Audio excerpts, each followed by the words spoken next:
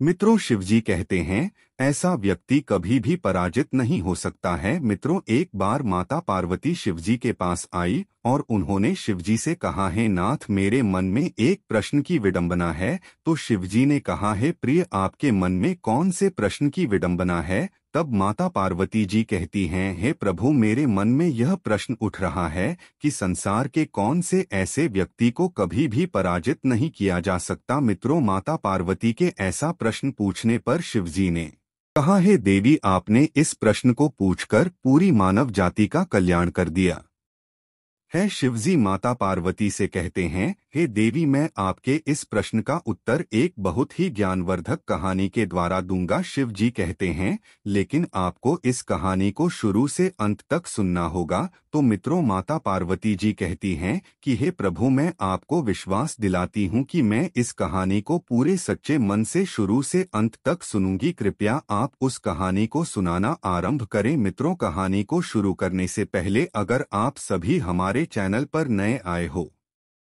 तो हमारे चैनल को सब्सक्राइब करें और वीडियो को भी एक लाइक अवश्य करें। साथ ही साथ कमेंट बॉक्स में हर हर महादेव लिखना ना भूलें। मित्रों, शिवजी माता पार्वती से कहते हैं, किसी समय की बात है, किसी गांव में रोहन नाम का एक लड़का रहता था। वह प्रतिदिन गांव के एक बहुत ही घने जंगल के एक आश्रम में शिक्षा प्राप्त करने के लिए जाता था। उस आश्रम में बहुत सारे बच्चे पढ़ने जाते थे। मित्रों, शिवजी माता पार्वती से कहते हैं, हे देवी, एक दिन उस आश्रम के गुरुदेव अपने सभी शिष्यों को शिक्षा दे रहे थे। वे वेदों का ज्ञान दे रहे थे, लेकिन रोहन के समझ में कुछ भी नहीं आ रहा था। वह बार बार वेदों को समझने की कोशिश कर रहा था, परंतु उसके समझ में कुछ भी आ रहा था। मित्रों, शिव जी कहते हैं, हे देवी पार्वती, उसके गुरु भी उसे ने की बहुत कोशिश कर रहे थे, लेकिन उनके सभी प्रयास विफल साबित हो रहे थे।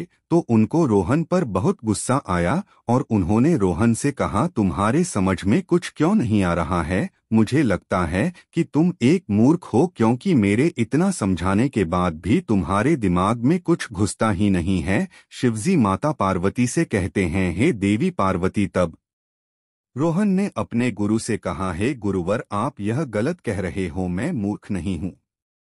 मैं आपके द्वारा दी हुई शिक्षा दीक्षा को ग्रहण करता हूँ। मैं आपके द्वारा दी गई शिक्षा को सही से समझने की बहुत कोशिश करता हूँ, लेकिन पता नहीं क्यों मैं आपके द्वारा दी गई शिक्षा को समझने में असमर्थ रहता हूँ। हे गुरुदेव, क्या आप मेरी इस समस्या का निवारण कर सकते हैं? मित्रों, शिवजी आगे कहते हैं, हे देवी पार्वती, रोहन के गुरु ने कहा, पुत्र, तुम सबसे पहले मुझे अपनी हथेली दिखाओ, जिसे देखकर मैं पता लगा सकूं कि तुम्हारे भाग्य में विद्या का योग है भी कि नहीं। तब रोहन ने अपनी हथेली गुरुजी के पास ले गया। मित्रों, शिवजी कहते हैं, हे देवी पार्वती, रोहन की हथेली देखकर उसके गुरु बोले, पुत्र, तुम्हारे भाग्य में तो विद्या की रेखा ही नहीं है।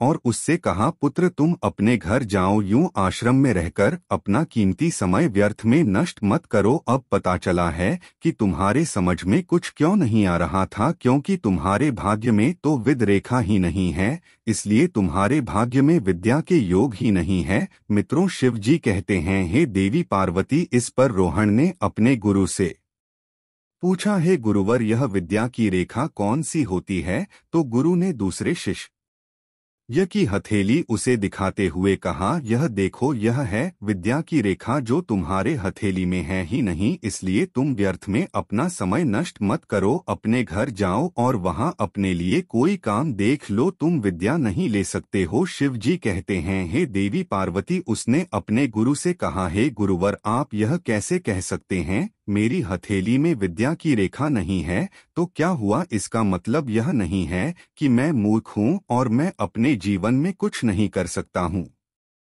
मित्रों, शिवजी कहते हैं, हे देवी पार्वती, उसने अपनी जेब से एक चाकू निकाला जिसका प्रयोग वह प्रतिदिन सुबह अपने हाथों का नाखून काटने के लिए करता था। मित्रों, शिवजी कहते हैं, हे देवी पार्वती, उसने उसी चाकू की नोक से अपने हाथ की हथेली में एक बहुत ही गहरी लकीर बना दी। मित्रों, शिवजी कहते हैं, हे देवी पार्वती, उसका हाथ खून से पूरी तरह भर गया था। तब उसने अपने गुरु से कहा, गुरुजी देखिए, मैंने अपने हाथ में विद्या की रेखा बना ली है। मित्रों, शिवजी कहते हैं, हे देवी पार्वती, उसके गुरुजी ने यह दृश्य देखकर उसे अपने गले से लगा लिया। तब उसके गुरुजी ने रोहन से कहा, पुत्र, तुम्हें विद्या सीखने से विधाता भी नहीं रोक सकता। मित्रों, शिव जी कहते हैं, हे देवी पार्वती, उसके गुरुजी बोले, पुत्र, धर्म और निश्चय हाथ की रेखा भी बदल देते हैं, क्योंकि व्यक्ति के लगन और खड़े परिश्रम से वह बहुत ही जल्द एक अत्यंत गुणी और विद्वान बन सकता है। मित्रों, शिवजी कहते हैं,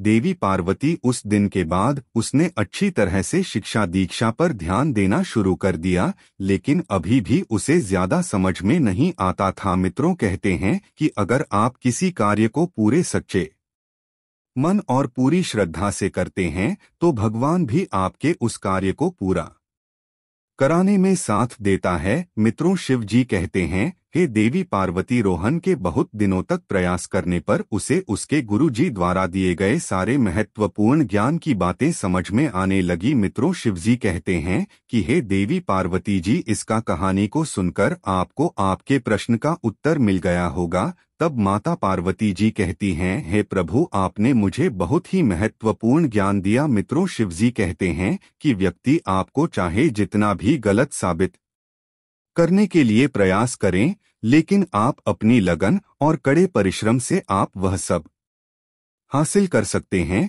जिसे आप बहुत प्रयास करने के बावजूद भी कर पाते हैं। मित्रों, इस कहानी से सीख मिलती है कि आपको हमेशा ही अपने कार्य को पूरे सच्चे मन, लगन और कड़े परिश्रम से करना चाहिए। इससे आपको अवश्य ही अपने कार्य में सफलता प्राप्त होगी। मित्रों, आपको बता दें कि कड़े परिश्रम और लगन से कार्य करने वाले व्यक्ति को संसार का कोई भी व्यक्ति पराजित नहीं कर सकता है। मित्रों, अगर आप लोगों को यह कहानी पसंद आई हो तो वीडियो को एक लाइक अवश्य करें, और अगर आप सभी लोग हमारे चैनल पर नए हो तो आप हमारे चैनल को भी सब्सक्राइब कर ले। साथ ही साथ सभी वीडियो की नोटिफिकेशन के लिए नोटिफिकेशन बेल को भी दबाएं, जिससे आपको सभी वीडियो की नोटिफिकेशन सबसे पहले मिल सके। मित्रों, वीडियो को शुरू से अंत तक देखने के लिए आपका हार्दिक अभिनंदन।